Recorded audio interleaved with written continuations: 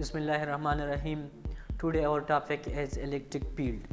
Electric field ستوي electric field دا یو نوې کنسپټ خو دا سنټرل کنسپټ د الکترومګنیټزم لپاره ځکه الکترومګنیټزم ټول په فیلډ باندې بیس دی فیلډ باندې ډسکس کیږي دا یو نوې کنسپټ دی او ډیفرنٹ دی د نیوټونین میکینکس نه نیوټونین میکینکس کې و منګه فورس ډسکس کاو خو د فیلډ کنسپټ نو فیلډ چا نه پیژندو نو بیا ډېرې مسلې رالي چې د هغه په وجه د فیلډ ضرورت رالی نو د فیلډ چې کوم ضرورت رالی دا په څه په وجه رالی د نیوټونین میکینکس کې ډېرې مسلې وي وایډز وو پرابلمز وو هغه باندې نه حل کېدل نو د هغه ډسکس کولو نه مخکې چې هغه کې څه مسلې وي دا موږ ډسکس کوو چې د نیوټونین میکینکس مین آیډیاز څه وو نیوټونین میکینکس کې اولنۍ خبره دا وه چې ایکشن ایټ ا ډسټنس ایکشن ایټ ا ډسټنس کو چرته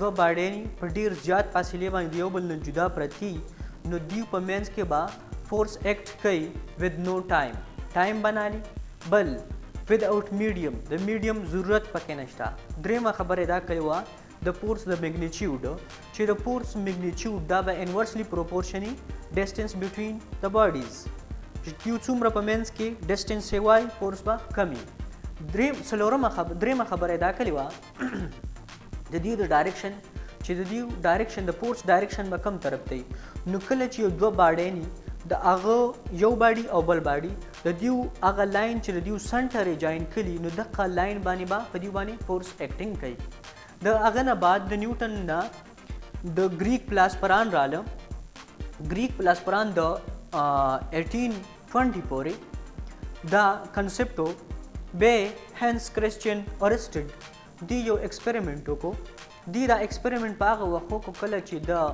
خپل فزیکس سټوډنټ ډیمونسټریشن کلاس له پریپریشن کاو نو دا یو ایکسپریمنټ مخې ته رالی چې کله د یو تار واغستو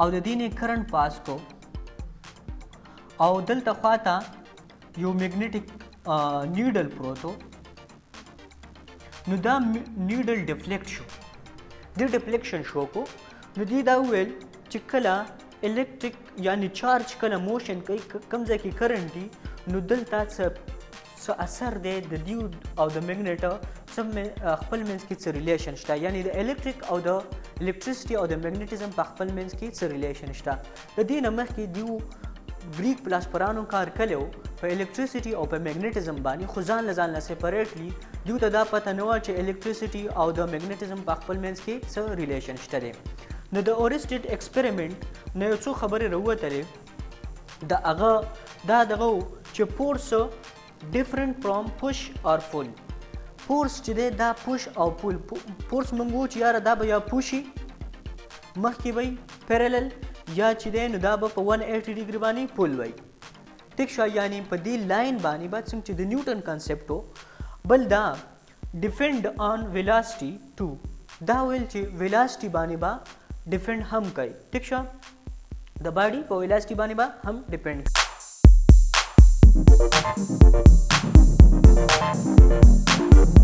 اوس به موږ کمپیریزن کوو د پیراډې او د نیوټنز ویو چې پیراډې او د نیوټنز ویو د دې په باره کې څه وه نو نیوټن دا ویل چې که چېرته دوه ابجکټي A او B A به په B باندې فورس لګوي ډایرکټلی یعنی دا به ټایم نالي ټیکس نو ټایم او بل دا چې فورس ایکټ along the line joining the center د A او B په منځ کې به دا فورس ایکټینګ کوي په هغه لاین باندې کوم چې A او B سنټر جاین کړي دي او بل د دې خبره وکړه د دې A او د B په منځ کې چې څومره فورس دی د میګنیچیوډ نو دوی ویل که چېرته دا باډي یو بل نه جدای نو فورس به کم یعنی انورسلی پروپورشن دی ډسټنس ته پیراډې ویل که چېرته A او B یو دوه ابجکټ یو دوه چارج دي نو دا A به په دې میډیم باندې فورس لګي یعنی دا به چینج کوي او دا چینج میډیم چې دی نو دا به فورس لګي په B باندې یعنی میډیم د دې A د لپاره ضروري دی چې په دې B باندې فورس ولګي بل دا خبره وکړه چې دا به څه ټایم الي ټیک شو چې دا A په B باندې فورس لګي نو دا به څه نه څه ټایم الي بل درېیمه خبره هغه دا وکړه چې دا A په B باندې کوم فورس لګي نو دا به څه شي پرپینډیکولري ټو د لاین جوینینګ دیئر سنټر او د ارسټډ ایکسپریمنٹ کې هغه دا معلومه کړه چې فورس صرف په ډیسټنس باندې ډیپند نه کوي بلکې ویلاسټي اف چارج باندې هم ډیپند کوي. ها مایکل فیراډے راځي په 19 سنچري کې. مایکل فیراډے ډېر انټرسټینګ اکټر پدې دی چې دا یو بې تعلیمه کس دی. د پلار یو بلیک سمیت او لوهارو د یو غریب ګرانې سره د تعلق او د په خپل د یو بک شاپ کې کار کاوه د کتابونو ته بیګتی اچلې. د هغه نه بعد د هغه وخت یو ساینسدان هنري ډیمپري د هغه سره د اسسټنټ په تور کار شروع کړي څه طریقه باندې. د هغه ځای نه بیا د ساینټیفیک کیریئر شروع کیږي او دا سیلف تاټو د په دې شیانو کې انټرسټ و. نو بس دې شیانو کې د انټرسټ و نو دا داسې کار وشو چې د فیلډ آیډیا دې ته داسې راله چې کله یو میګنیټ آیرن پیسز په یو دغه باندې پراته او د آیرن پیسز ته دا میګنیټ داسې ورنږدې کړو نو د یو خاص پیټرن شو کو د آیرن پیسز. نو دوی ویل چې یار دا فیلډ چې دی دا په سپیس کې خور دی.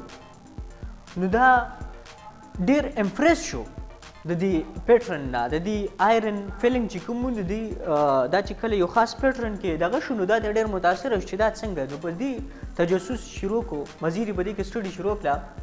هغه دا کنکلوډ کړه چې میګنیټ الټر د سپیس سم هاو دا میګنیټ دا سپیس چینج کوي څه طریقې سره. نو به برت اف فیلډ د فیلډ هغه بګیننګ شروع کیږي. Faraday concept became concept of field.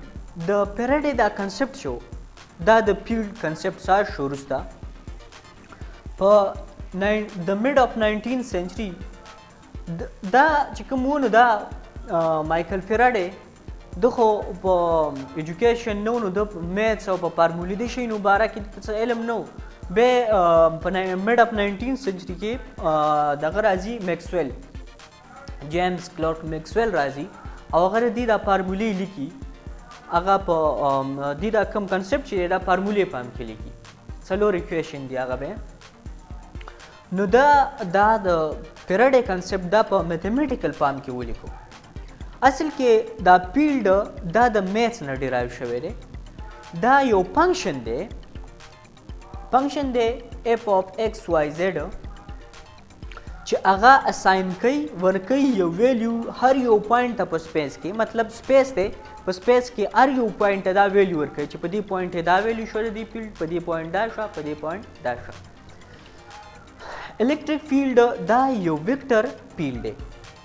ویکټر فیلډ دی نو د دې ډایرکشن به څنګه وي د دې ډایرکشن به د فورس په ډایرکشن کې په کوم ډایرکشن کې چې دا فورس لګي په یو ټیسټ چارج کیو ناټ باندې سپوز دا زموږ یو سورس چارج شو او دا زموږ سره شو دلته یو ټیسټ چارج کیو ناټ. دا سورس چارج چې په دې ټیسټ چارج باندې فورس لګي په کوم ډایرکشن کې نو په دغه ډایرکشن کې به د فیلډ ډایرکشن یعنی د دې ډایرکشن موږ ته معلوم شونه دا ویکټر کوانټیټي شو. فیلډ چې کوم دی نو دا موږ وو چې الیکټریک فیلډ دا زموږ سره برابر دی څومره فورس چې په یو پوینټ چارج باندې څومره فورس چې په یو ټیسټ چارج باندې د سورس چارج چې په څومره فورس لګي نو دغه ته موږ څه فیلډ وو یعنی فورس پر یونټ ټیسټ چارج از کالډ فیلډ. د دې یونټ به څه شي د فورس یونټ نیوټن دی او د چارج کولم دی نو نیوټن پر کولم د دې یونټ شو. بل وولټ دی وولټ پر میټر.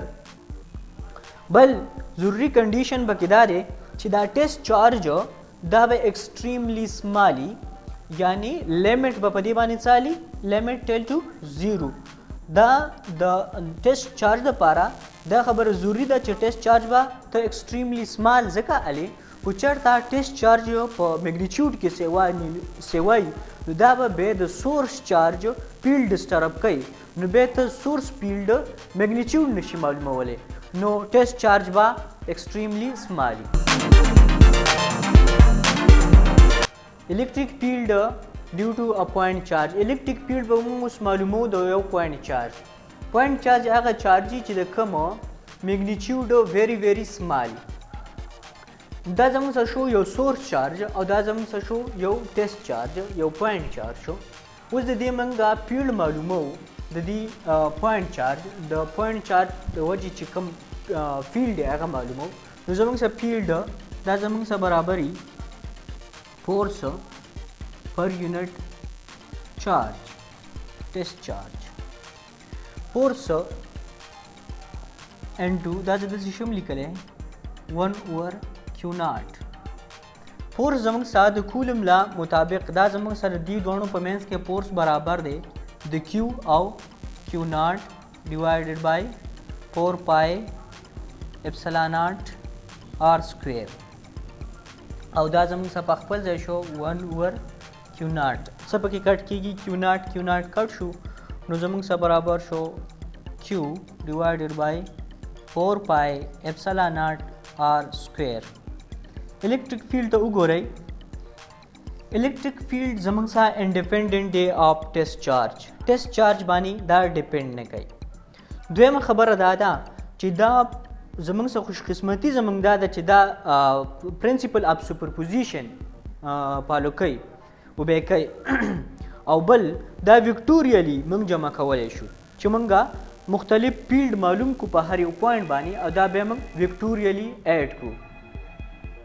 وکټوریلی څه ته وایي؟ وکټوریل دې ته وایي چې موږ په هغه کې د چارج د ساين خیال وساتو یعنی پازیټیو او نیگیټیو پکې موږ خیال وساتو نو دې ته وکټوریلی ایډیشن وایي. ښه امپورټنټ پوینټ د الیکټریک فیلډ په باره کې الیکټریک فیلډ میګنیټیوډ اف الیکټریک فیلډ دې ته څه ویلی کېږي؟ کالډ الیکټریک فیلډ سټرینث ویلی کېږي. او q0 زموږ سره ټیسټ چارج هیز ټو بی ایکسټریملی سمال. دا به سمال ځکه وي چې موږ وویل چې دا به سمال ځکه وي چې کله د دې میګنیټیوډ سیوای نو دا به ډسټرب کوي د دې فیلډ ډسټرب کوي. چې دې فیلډ ډسټرب کوي نو دا به موږ نشو معلومولی نو دا لیمټ په موږ ولګو q0 ټیل ټو 0 نیرلی ایکول ټو 0. او بل دریم پوینټ زموږ سره دا دی چې الیکټریک فیلډ موږ ویل چې دا انډیپینډنټ دی د ټیسټ چارج نه یعنی ټیسټ چارج باندې ډیپینډ نه کوي. فیلډ ایگزسٹ ایٹ ایوری پوینټ ان سپیس. فیلډ په یو څو پوینټ باندې موږ داسې وایو چې دا زموږ سره فیلډ دی خو نه فیلډ داسې نه وي په یو څو پوینټ باندې نه وي دا په هر یو پوینټ باندې په سپیس کې. بل د دې نه چې کوم فیلډ لاین وځي دا پرپینډیکولر وځي دې سرفیس ته د دې سرفیس نه دې ته دا پرپینډیکولري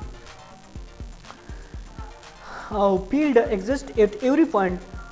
ایرو انډیکیټر ډایریکشن اینڈ سټرینث. د دې دا ایرو چې کوم دی نو دا زموږ سره څه شی شو کوي؟ ډایریکشن او بل سټرینث. چېرته چې ایرو سیوای دلته اوس دې په منځ کې فاصله کمه ده نو دلته سټرینث سیوا دی. څومره چې دې نه ځي فاصله د لاین په منځ کې کمیږي نو دلته به سټرینث کمیږي. او دا ایرو دا موږ ته څه ریپرزینټ کوي؟ فیلډ ایٹ ون پوینټ اونلی. په دې ځای باندې دا یو ایرو زموږ سره په د یو پوینټ فیلډ صرف موږ ته ښیي د ټولو نه ښیي. نو د هر یو پوینټ په سپیس کې چې کوم وي نو دا موږ ویل چې د فیلډ دا زموږ سره یو میتھمیټیکل کنسپټ دی او دا زموږ سره یو فنکشن دی چې هغه هر یو پوینټ ته په سپیس کې یو خاص ویلیو ورکوي. نو فیلډ به په هر یو پوینټ کې او په هر یو پوینټ کې یو ایرو ته ډرا کولی شي هغه به ایرو به تا ته په یو پوینټ کې صرف په یو پوینټ باندې صرف فیلډ ایکسپلین کوي. دیٹ از آل اباؤٹ الیکټریک فیلډ. او که چاته دې کې څه مسله ایم سی کیوز به په انشاءالله کوو د ټولو ټیسټونو چې دې باندې څومره ایم سی کیوز دي هغې به کلیکشن کوو هغې به تاسو ته به حل کوو. تھینکس.